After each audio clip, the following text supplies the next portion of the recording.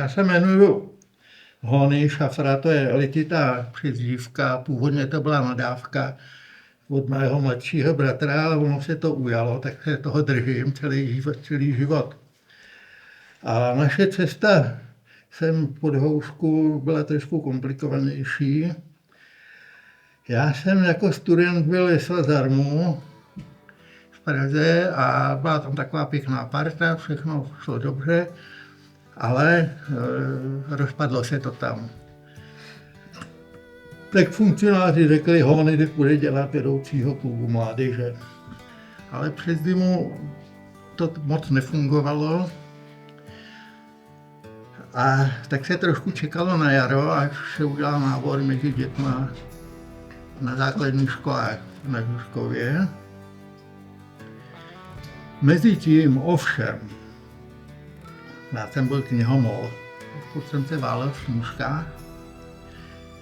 A jednoho dne táta říká, hele, nech už toho zblbneš z knížek, seber pár kluků a jít na čundr. Já jsem říkal, to myslíš vážně? Protože můj otec toho vážně moc nikdy nenamluvil. Říkal, jo. Tak já jsem se obrátil takhle na spolužáka a říkal, hele, pojedeme na čundr. No, Pedro byl pro. A sehnal mě do týdne tele a začali jsme jezdit k němu na chatu nebo okolo chaty na Berounsko. Jenomže na jaře se ve Svazarmu na mě obrátil jeden činovník, který tam měl na starosti výcvik branců, tenkrát byla předvojenská výchova. A říkal, Hony, my tam máme pod Houškou pozemek svazarmovský, je tam ladem, nechcete si tam s klukama udělat nějaký tábor nebo si tam něco postavit? No tak já jsem si zase obrátil takhle na Pedra. Říká, hele, byla by takováhle možnost, co ty na to? A měl jsem toho trošku trému, protože jsme zatím trampovali tak nějak jako na divoko a tohle vypadalo trošku organizovaně.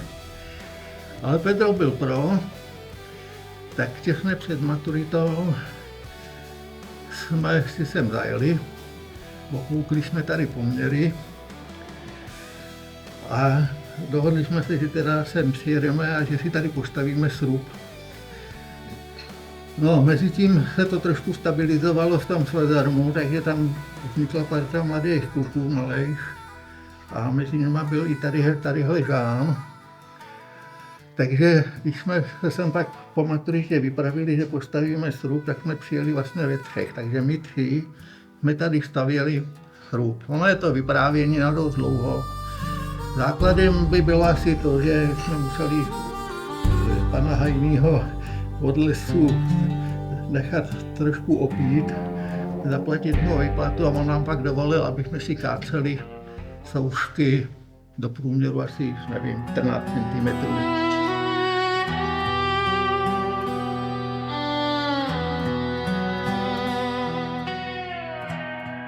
No tak tam pod skalou, kde byl ten pozemek, zase jsme začali stavět někde jinde, kousek dál, a to nebyl pozemek Svazarmu, tak jsme se ještě stěhovali při té stavbě.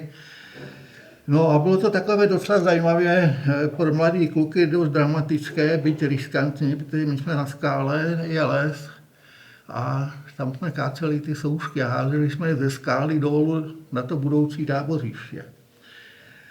No a to bylo vždycky trošku ostrach, aby nás nějaká větev nesebrala sebou a neslídli jsme taky dolů. Dneska z toho běhá mráz po zádech, když si na to vzpomenu. A těch soušek jsme potáceli, já nevím, asi do 30 nebo prostě nějaký takovýhle. No a Svazarmovci nám sem přivezli náklaďákem vojenský stan, takovou, říkalo se tomu desítka.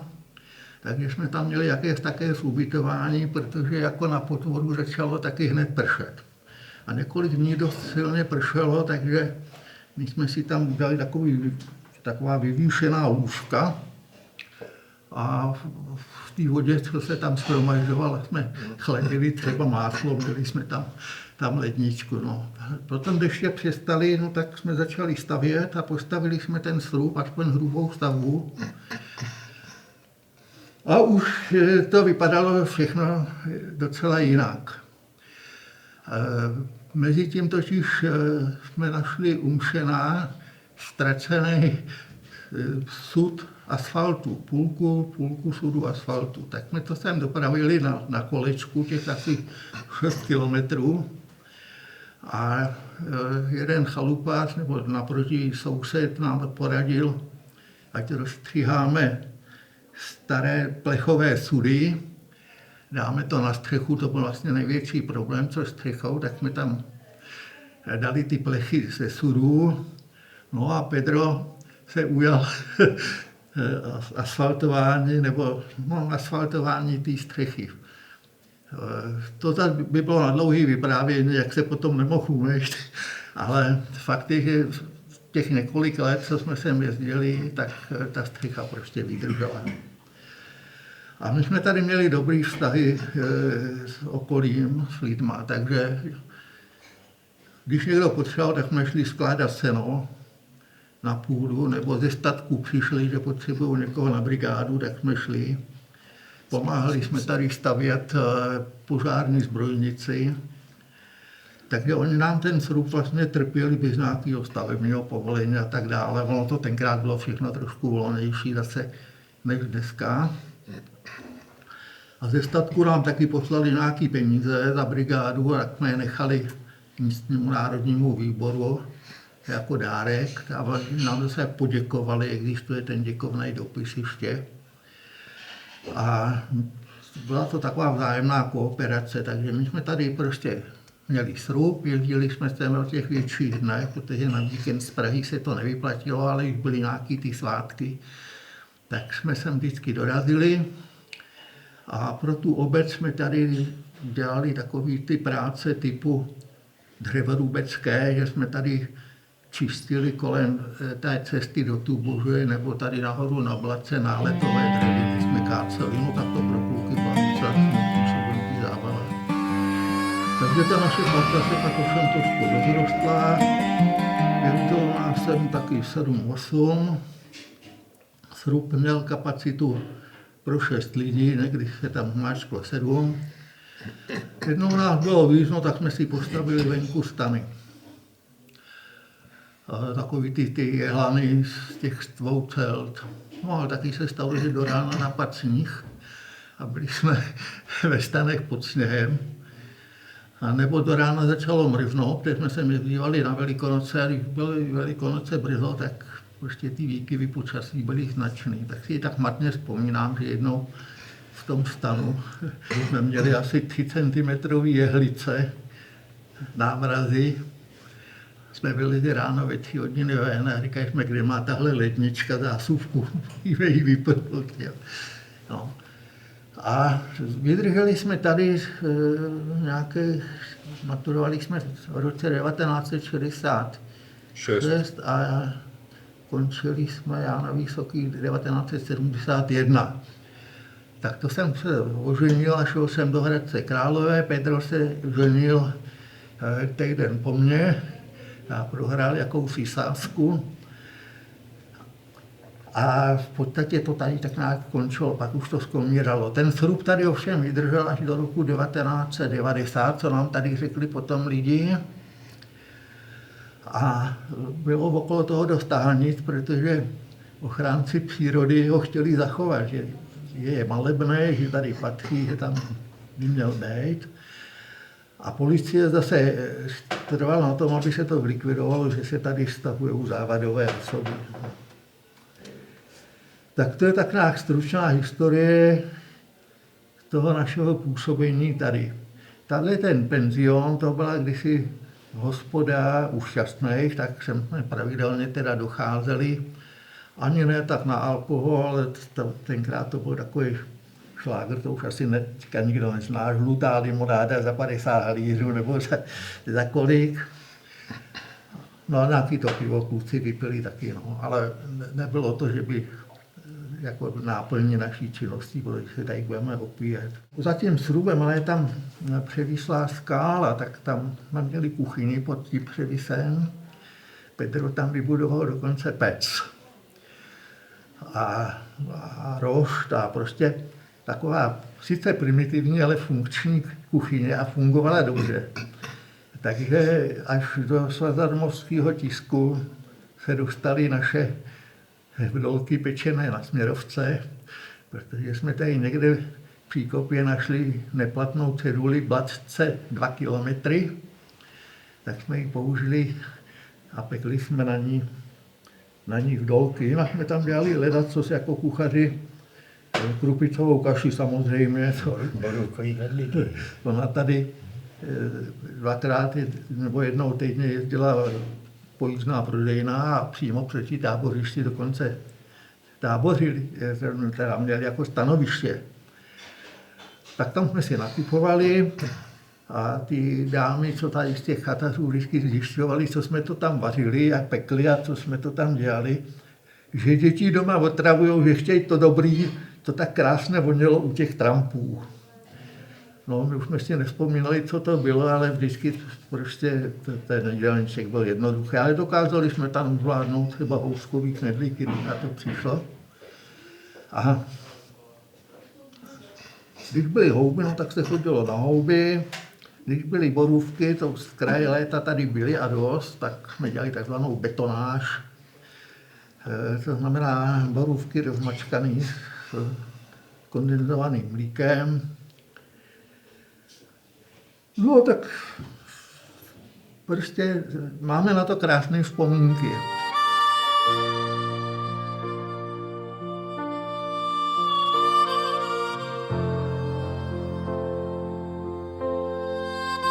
Ale někdy to bylo trošku divočejší.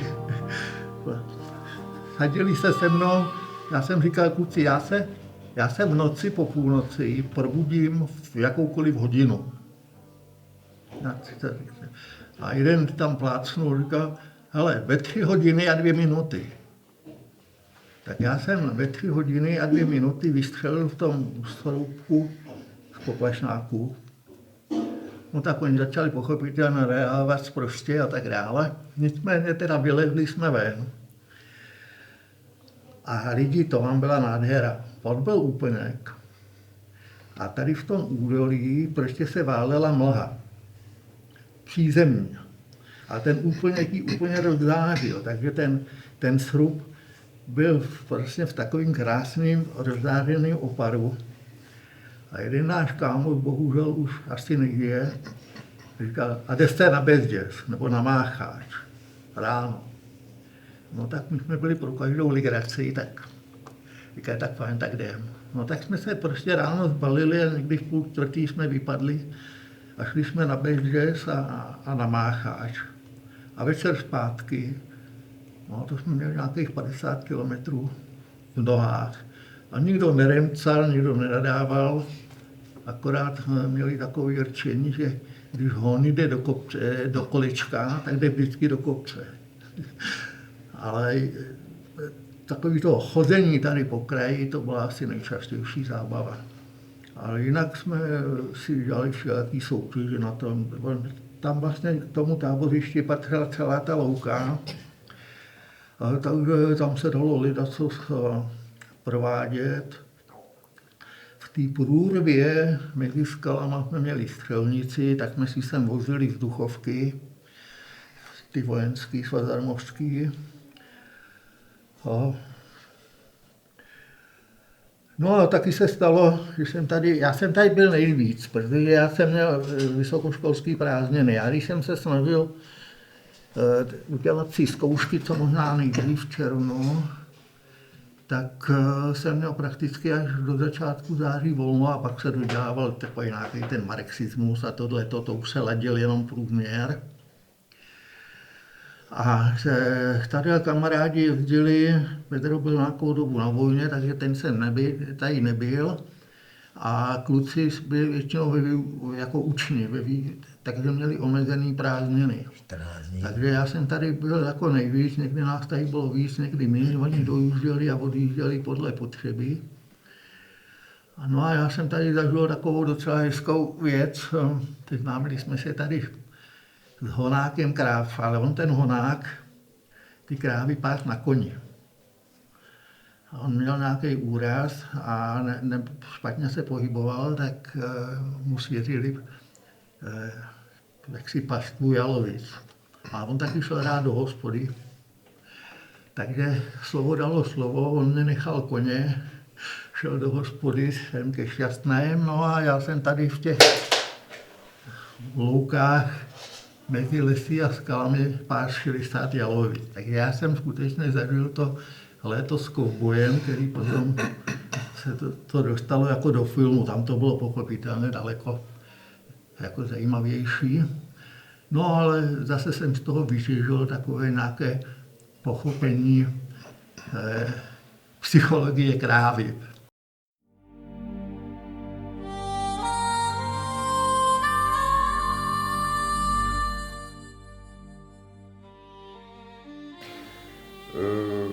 Jmenuji se Petr Špička, za svých dob mě bylo říkáno Pedro. Když jsme tady pod houskou, tak to dál používám, tuto přezdívku. Po střední škole, kterou jsem navštěvoval s kolegou Honem, tak jsem potom se vyučil elektromechanikem v Chyraně, takže jsem dělal asi 15 let servis zdravotnických přístrojů.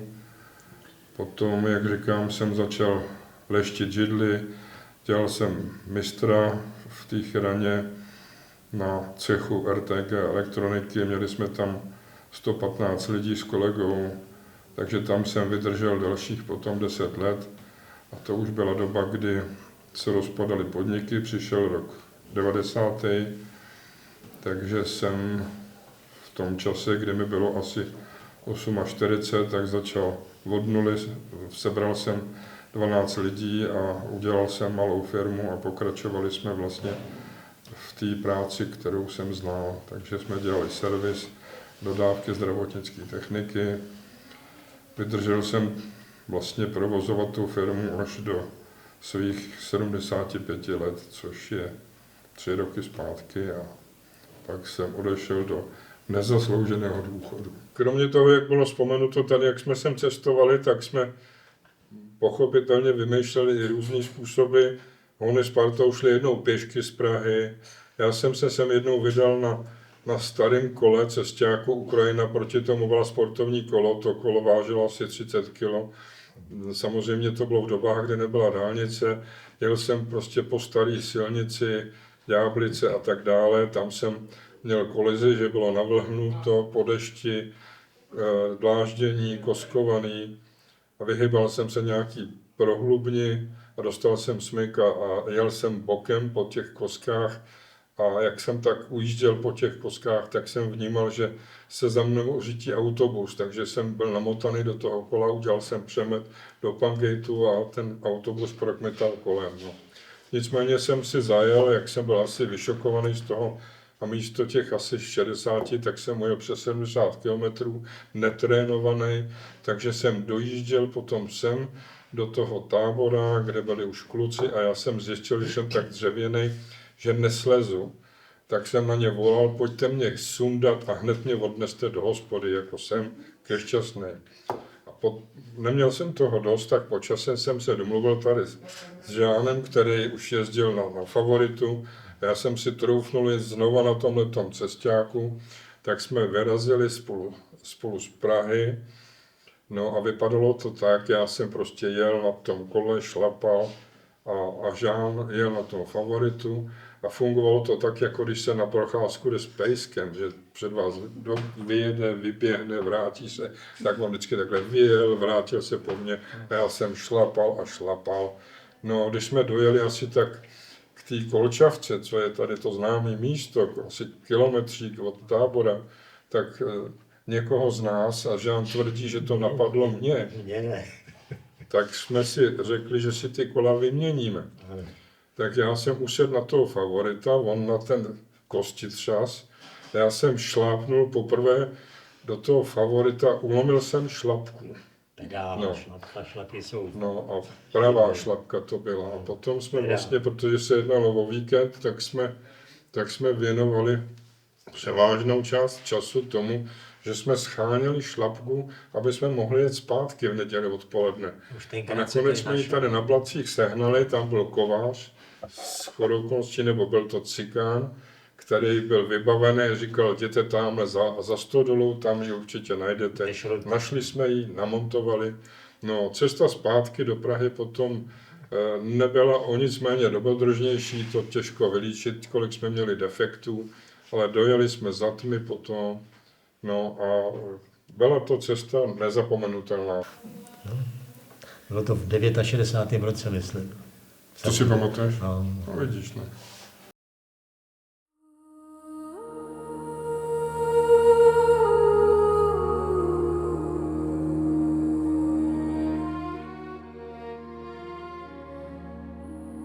Jmenuji se Honza Jitmánek, přezdívku jsem měl Žán a v podstatě jsem se s klukama seznámil, když dělali nábory těch nových členů. Pořádali střelecký závody v Kapslovně na Žižkově z těch vojenských vzduchovek. Tak tam jsem se prakticky do té party dostal. No, jak říkali, tak jsme jezdili sem na ten pozemek a stavili jsme ten strop. To bylo největší údobí v podstatě, co pamatuju.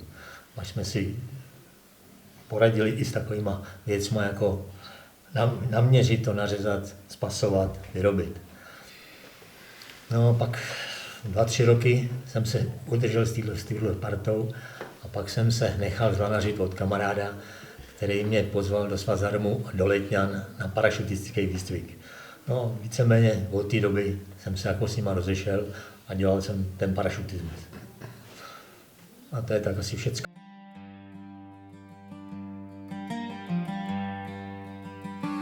Tak jak běží roky, tak si nejeden člověk rád vzpomíná na to, co bylo a rád se setkal s lidmi, s kterými mu bylo dobře, tak jsme vlastně i podobným způsobem si jednou řekli, že tady s Honem, že bychom se pokusili nějak dát dohromady tu partu těch lidí.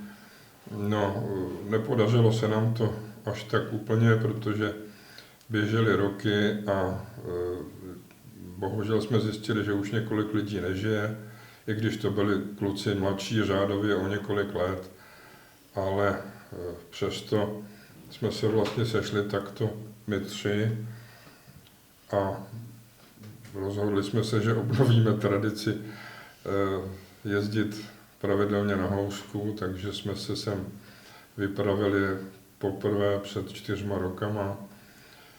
Měli jsme dokonce takovou kacířskou myšlenku, že se aspoň trochu vrátíme do těch našich trampských začátků. Vybavili jsme se stany, ale na rozdíl od těch tehdejších dob, kdy jsme měli celty a maskáče, tak jsme postavili prostě stany, které byly konvenční v té době a taky díky tomu, že uplynul dost let, tak nám to dalo práci, než jsme je postavili. A noc jsme přežili, ne? za tu dobu jsme potom jako už to opustili, ale hned ten první rok, tak jsme měli myšlenku se pokusit najít několik lidí, který jsme zažili jako v těch dobách, v těch letech 60. až 70. Takže jsme obešli tady okolí a potkali jsme i dceru té paní vzpomenutý Rampouchový. Poznali jsme se hned, potom to vedlo k tomu, že jsme byli pozvaní k nim, tam jsme seděli, besedovali jsme s nimi. Bylo to tak, že jsme se ani nedokázali odtrhnout a scháněli jsme ještě potom i jednu z těch šťastných, dceru, jistou Jiřinu Šťastnou, která tady s matkou provozovala tu hospodu. Po takových delších pátráních, přímo detektivních, tak jsme ji dostihli až v Dubí, nebo v Dubé, správně česky. No a když jsme tam dojeli, tak jsme našli ten dům, který nám byl označený. Je tam zajímavé to, že když Ona otevřela okno, protože jsme projížděli kolem, jak to bývá na malém městě nebo na vesnici, když jede kolem nějaký auto, tak to vzbudí pozornost, ona vykoukla a v tom nám bylo jasný, že se jedná o tu Jiřinu Dotyčnou, takže vedlo to k tomu, že jsme poseděli a bylo hezký to na závěr, když jsme se loučili, tak pronesla památnou větu, tak jsme se ještě viděli, než umřeme. No, bylo to po 57 nebo kolika letech, kdy vlastně jsme jako se tady ocitli jako zpátky v tom kraji. A drží nás to do dneška, takže už jsme letos tady byli po čtvrtí.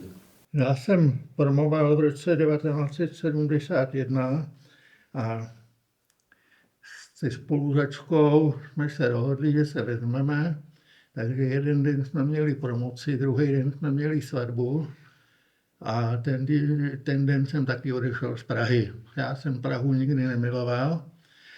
Stal se ze mne královéhradecký lokální patriot. Začínal jsem v podniku mého oboru, já mám specializaci technologie kaučuku a plastických hmot, tak to byl hradecký Humokov, pod tímto názvem už teda neexistuje a dělal jsem tam 13 let. Ale jak si objevili některé mé schopnosti nebo vlastnosti a tak ze mě nechtěně udělali ekonoma, takže pak jsem dělal spíš funkce ekonomické, ne chemické. Po 13 letech se naskytla příležitost přejít do školství. Tam jsem se vlastně zase dostal k chemii a k té plastikářské chemii, jako kaučukářské. Tam jsem vydržel dalších asi 13 let a vydržel bych do důchodu, ale bohužel přišla móda likvidace učebních oborů, protože všechno budou dělat automaty, roboty, počítače a já nevím co všechno. Tak jsem vzhledem k svému handicapu začal usilovat o nějaký důchod.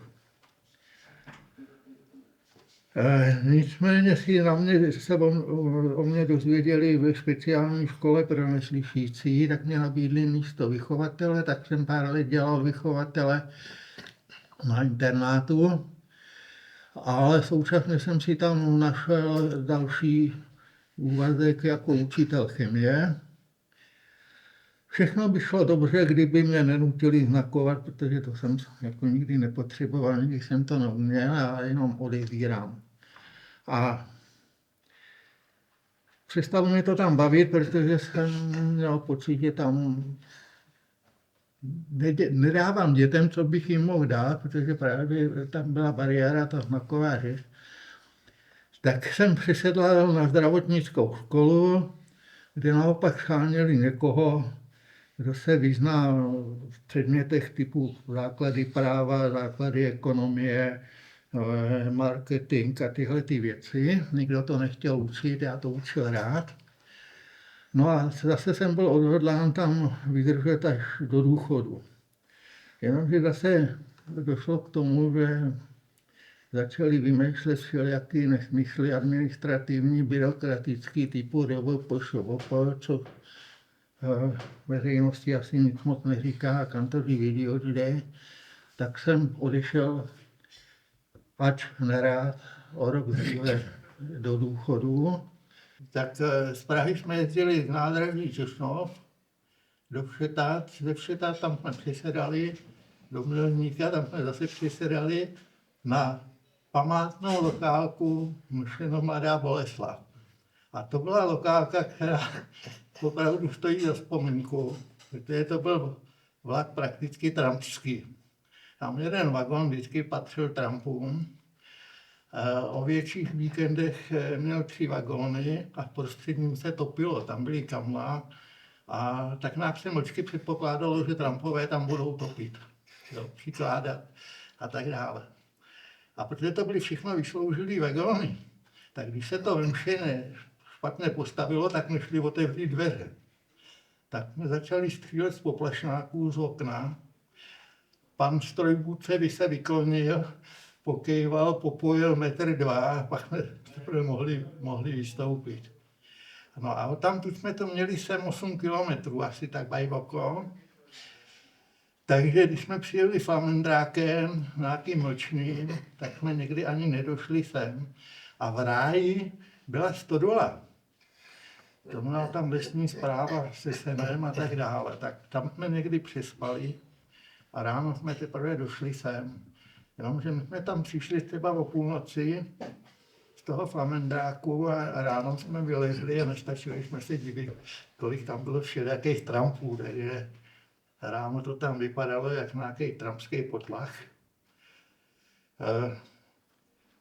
Takže ta cesta tak trošku k tomu patřila. No, když se šlo zpátky, tak to bylo dramatičnější v tom, že až do toho ráje to šlo víceméně po rovině nebo podle toku Mšovky, mírně z kopce, ale z ráje nahoru na Romanov je to bratru, já nevím, kilometr a půl dost prudkého stoupání. Tak to jsme jako vždycky museli nějak tak zvládnout a počítat tím časově, aby jsme se na ten vlak včas dostali. Já bych doplnil tu cestu na ukázku toho, jak se v těch dobách složitě cestovalo, byť Mšeno od Prahy je asi 60 kilometrů. Scházeli jsme se vlastně na tom vzpomenutém nádraží Těšnov, pak to s tím přesedáním v Mělníku bohužel na tu Logálku se čekalo několik hodin, snad 2 hodiny, takže ta cesta se natáhla. My jsme z toho Těšnova vyjížděli někdy odpoledne, myslím kolem 4. hodiny a kolem půlnoci jsme teprve byli na místě a v tom Mělníku jsme vlastně nebylo zbytí i s těma dětma. Jsme šli do té blízké hospody a tam jsme prostě trávili ten čas, aby jsme nebyli jako venku. No, možná bych doplnil ještě vzpomínku, jak jsme se zásobovali potravinami, kromě té pojízdní prodejny, tak jsme měli půjčenou jako dvoukolákáru a jezdili jsme do Mšena, kde jsme zašli do tehdejší sámošky, samoobsluhy, tam jsme nakoupili a chleba v té době ještě neměli, byla pekárna poblíž nádraží, takže my jsme zaplatili chleba v té samoobsluze a jeli jsme k nádraží s tím nákupem a tam nám pekaři vytáhli pecny chleba rovnou z pece, no protože ten chleba voněl a byl už sám od pohledu vypadal velice slibně, tak jsme ve dvou, než jsme přešli to Mšeno, tak jsme prostě půlku chleba sežrali.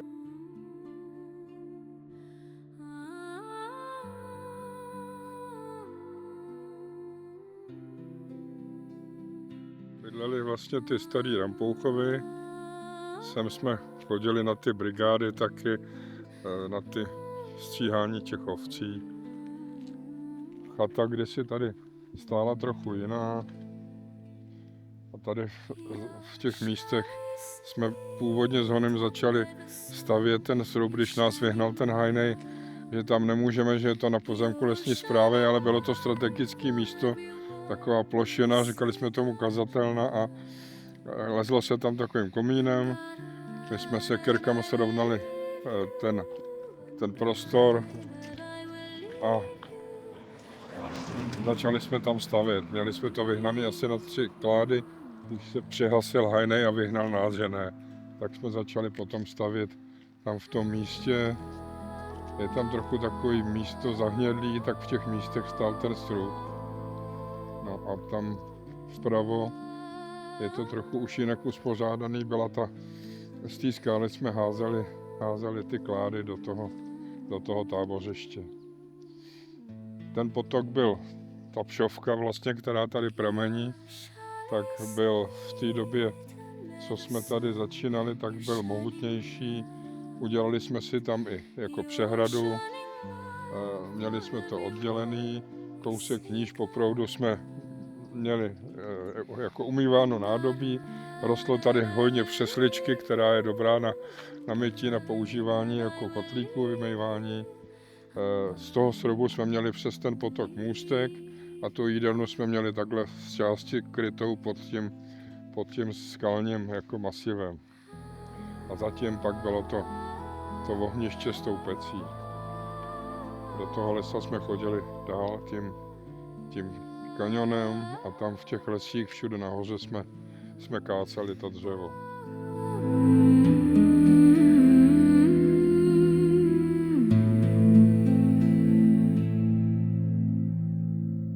No a jakým způsobem jsme se vlastně takhle dali dohromady s Honem, to bylo jednoduché, my jsme byli celý roky v to byl kontaktu. nápad vlastně, dát se po těch letech dohromady? Ale obou asi, to je těžko říct. Obou, Jako, no. no.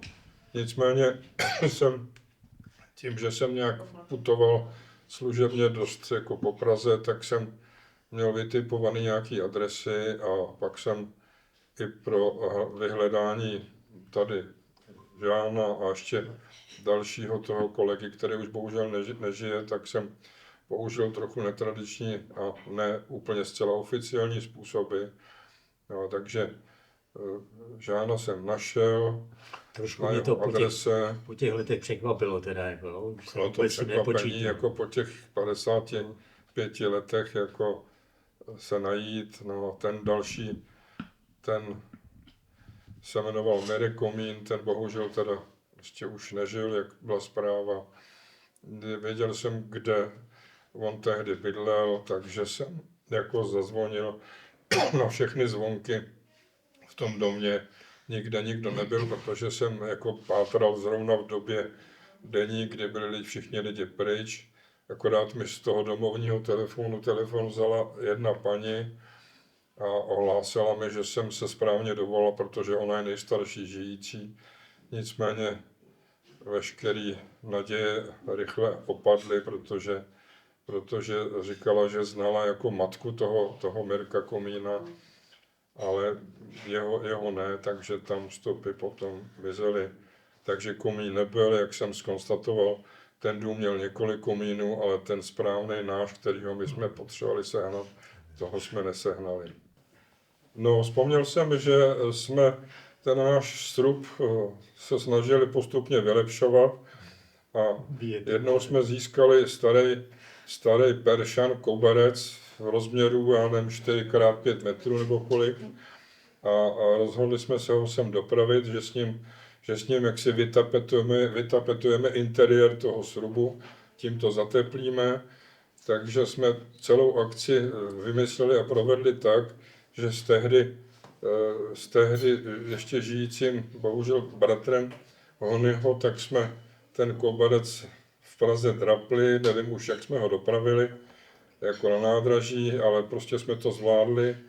Akorát jsme nejeli tou trasou, jako jsme jezdili, jako vzpomenutou ty Mělník Mšeno, ale jeli jsme jako jinou tratí a dojeli jsme do jistých oken a byli jsme domluveni, že se kluci vydají nám naproti, protože se jednalo o noční hodiny, tak jsme v domluvený čas prostě vyrazili proti sobě a na mě to působilo tak, jako když se dřív hloubily tunely a neměli tak zaměřovací přístroje jako dneska a prostě jsme se měli sejít a byla noc, jako snad byla měsíčná, ale nevím v jaké obci, to by když tak doplnil Hony, tak jsme se prostě sešli, ale my jsme už byli s tím bráškou tak nějak otupělí tím putováním, jak jsme měli ten dlouhý koberec na ramenou, tak jsme prostě se skoro minuli. A on nás jako oslovil, protože zjistil, že jsme to my a asi podle toho zavazadla, takže jsme se sešli a pak jsme úspěšně jako společně dorazili do toho našeho tábora. Tak já mám taky jeden zážitek, který mi jako utkvěl v paměti, když jsme tady přebývali v tom srubu a přijížděla ta prodejna, jednou byl týden ve středu, myslím, že to bylo, tak půl dne předtím byla taková bouřka, kterou už jsem dlouho nezažil a napadlo 5 cm kruhu. Bylo to v 69. roce, myslím. To si pamatuješ? No. No vidíš, no. Když jsme měli nějak hodinu matiky a měli jsme bezvadného jako kantora, profesora, s kterým jsme se potom roky scházeli, každý rok on chodil, než umřel, ale dožil se dost vysokého věku a počítal nějaký příklad nový a zaseknul se, už byl na druhé tabuli a vyzval přední matematiky, aby spolupracovali nebyl v tom byl frajer, nebyl to takový kantor, který, když zjistil, že sám bude mít problémy, tak aby řekl, no počítejte si to doma, to neudělal, takže vyzval ty lepší matematiky, no a ty taky ztroskotali, tak nakonec se obrátil na toho mýho spolužáka a řekl, Vašku, no tak co? A Vašek k tomu, co se tam dělo, nevěnoval pozornost, já už taky ne. On, protože ho to nezajímalo, to byla prostě pověda. A mě to nezajímalo, protože už jsem se dávno nechytal, že jo, tak jsme spolu hráli lízaný mariáš v lavici.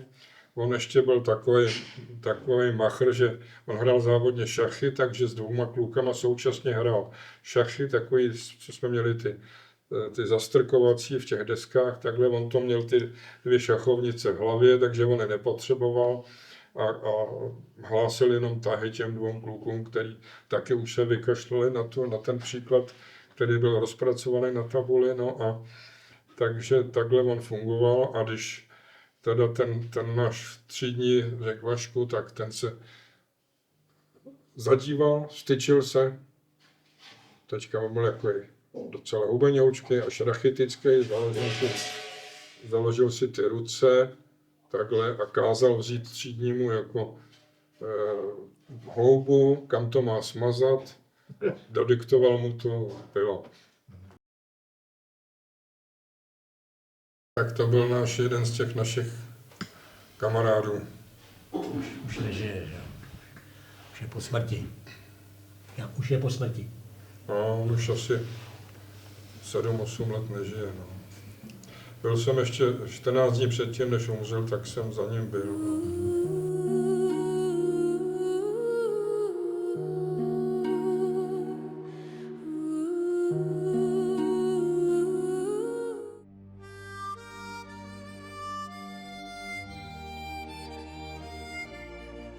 Jestli se dožijeme ještě příštího roku, tak bude první půlkulatý jubileum. To bude 5 let, jako, No. co jsme se vrátili po vlastních stopách. Tam pod houskou v ráji skal v bladcích srubné náhodou stál hony Pedro a Žán vypráví příběh svůj dál. Večer se snesl a hvězdy jdou spát. V hospodě už šťastných začnou hrát. Jiřinka nalévá, smích zní nocí dál. Je léto, nebo na batoh padá sníh, ač léta ubíhají jako bačův kůň. Od srdce přátelství je tu klid a mír, když vítr zafouká. Mezi ty skály všichni 3 se zas smějí. Jak kluci malí v srdcích stará píseň bude znít dál. Jean Pedro Hony a jejich